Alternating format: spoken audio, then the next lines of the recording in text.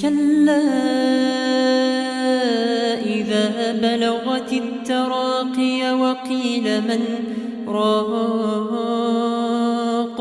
وظن أنه الفراق والتفت الساق بالساق إلى ربك يومئذ المساق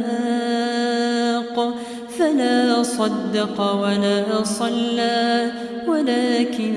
كذب وتولى ثم ذهب إلى أهله يتمطى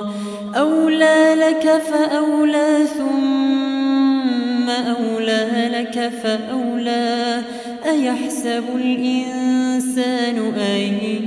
يترك سدى ألم يك نطفة من